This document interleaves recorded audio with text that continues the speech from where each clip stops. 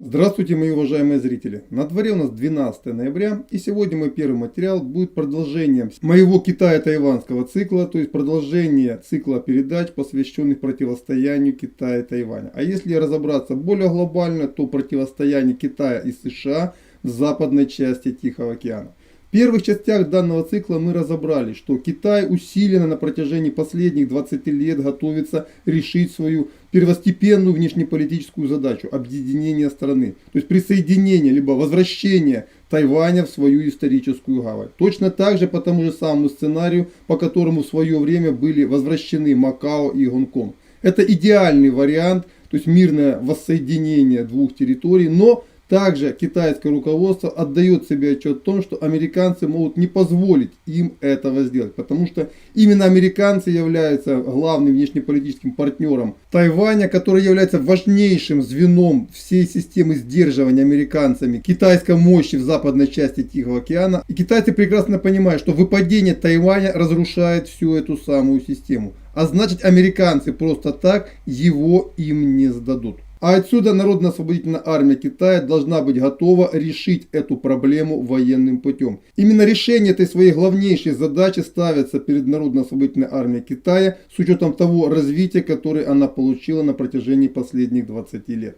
И на сегодняшний момент китайские военно-морские силы, китайские военно-воздушные силы, а также подразделения морской пехоты представляют грозную боевую силу, против которой Тайвань должен что-то противопоставлять, если он хочет оставаться независимым. Также в последней части мы с вами разобрали внутриполитические проблемы Тайваня, потому что не разобрав их, не определив, что в Тайване есть две основные политические силы – Гоминьдан и так называемая Демократическая прогрессивная партия. Эти две политические силы исповедуют совершенно два разных пути развития своей страны. То есть Гоминьдан, он настроен на то, что рано или поздно две территории должны воссоединиться и далее жить вместе. Единственное, что они подчеркивают, что было бы неплохо, вернее, они хотят, чтобы Тайвань жил своей особой социально-культурной моделью. А вот Демократическая прогрессивная партия, которую по сути создали американцы и которые идут полностью в унисон с американской политикой в регионе, они настроены на независимость. То есть их политическая программа однозначна. Тайвань должен стать независимой страной, опорой которой должна стать тайваньская политическая нация, которая сегодня упорно создается на острове. В первую очередь в среде молодежи. Ссылки на все эти части я привожу в текстовой строке под видео, и некоторые из них появятся в интерактивной ссылке сразу после данного видео. Итак, разобравшись со вступлением, мы приступаем к рассмотрению возможностей вооруженных сил Тайваня. Чем они способны ответить на все возрастающую угрозу со стороны материкового Китая и каким образом они могут отбить это нападение. Вернее, способны ли они его отбить вообще. Вы знаете, современная армия Тайваня, она, можно сказать, армия противоречия. И дело даже не в том, что постоянно, каждые 8 лет меняется политический курс страны. Потому что когда к власти приходит Гоминьдан, он прекращает развивать армию, он уменьшает затраты на оборону, и возвращение к власти демократических прогрессивистов приводит к совершенно обратным процессам. Именно в первую очередь по этой причине до 2016 года армия Тайваня деградировала по всем направлениям. На самом деле современных систем вооружений до 2016 года у тайваньских вооруженных сил практически не было. Что такое ВВС Тайваня? По большому счету это набор старого американского хлама, самыми молодыми представителями которых были F-16 Block 20. Пусть вас не смущает дата поставки их Тайваню, конец 90-х годов. Это довольно старые американские истребители. Эта версия была разработана в первой половине 80-х годов. И в Тайвань они попали после службы в ВВС США. То есть американцы просто отдали им самолеты, которые на тот момент американцев уже не удовлетворяли по своим возможностям. То же самое примерно можно искать по французским Миражам 2000, по характеристикам они очень схожи с F-16 и по боевым возможностям тоже. Тайваньский истребитель IDC-F1, это по большому счету такой попытка склонировать американский F-16, причем очень неудачная попытка, потому что по своим характеристикам они были очень слабы. Они уступали F-16 и Исходя из безысходности, Тайвань просто их выпускал, чтобы иметь хоть какие-то самолеты для замены старых F-5, которые были разработаны, если мне не изменяет память, еще в 50-х годах. И, соответственно, на сегодняшний момент они являются просто абсолютным небоеспособным хламом. И, соответственно, та электроника, которая была выпущена в 80-е, 90-е годы, она уже морально устарела. А китайские ВВС, они сегодня оснащаются в первую очередь современными системами вооружения, которым Тайвань противопоставить ничего не может от слова совсем. И даже те программы перевооружения, которые приняты были после 2016 года, вернее в конце 2016 года, о глубокой модернизации имеющихся истребителей F-16 до новых версий, это все попытка хоть немного сократить расстояние между китайскими ВВС и своими. И даже новые самолеты, которые будут поставлены взамен уже дряхлых F-5, это просто попытка хоть как-то сохранить хоть какую-то подобие боеспособности. У тайванских ВВС, даже с учетом этой модернизации новых поставок, нет ни одного нормального перехватчика. То есть самолета, способного на равных бороться с китайскими самолетами.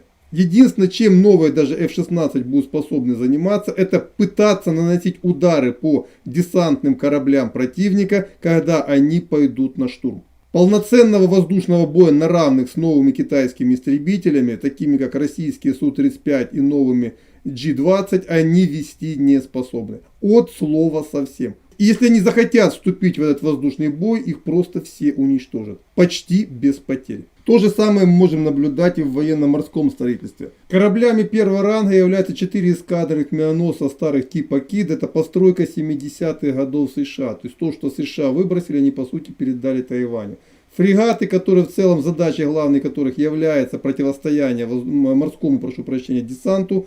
Ну, в целом ситуация чуть лучше, тем не менее 8 фрегатов это аналог американских Оливера Хапери, ну, тоже устаревший класс кораблей, которые американцы сняли с своих систем вооружения уже очень давно. Постройки 80-х годов. Сейчас тайванцы пытаются строить аналогичные корабли на своих верфях. Ну и, соответственно, да, пусть по качеству они будут схожи с современными фрегатами Китая, тем не менее, количество этих кораблей, оно, ну, наверное, на порядок ниже, чем у Китая. То есть, даже если их выставить против китайского вторжения, то с учетом возможности Китая поражать эти корабли даже с наземных комплексов, у них шансов реально вступить в бой и внести свой вклад в срыв вторжения практически нет никакого. А с учетом того, что в ближайшее время на вооружении военно-морских сил Китая появятся в том числе гиперзвуковые ракеты, то тем самым значимость военно-морского флота Тайваня множится на 0.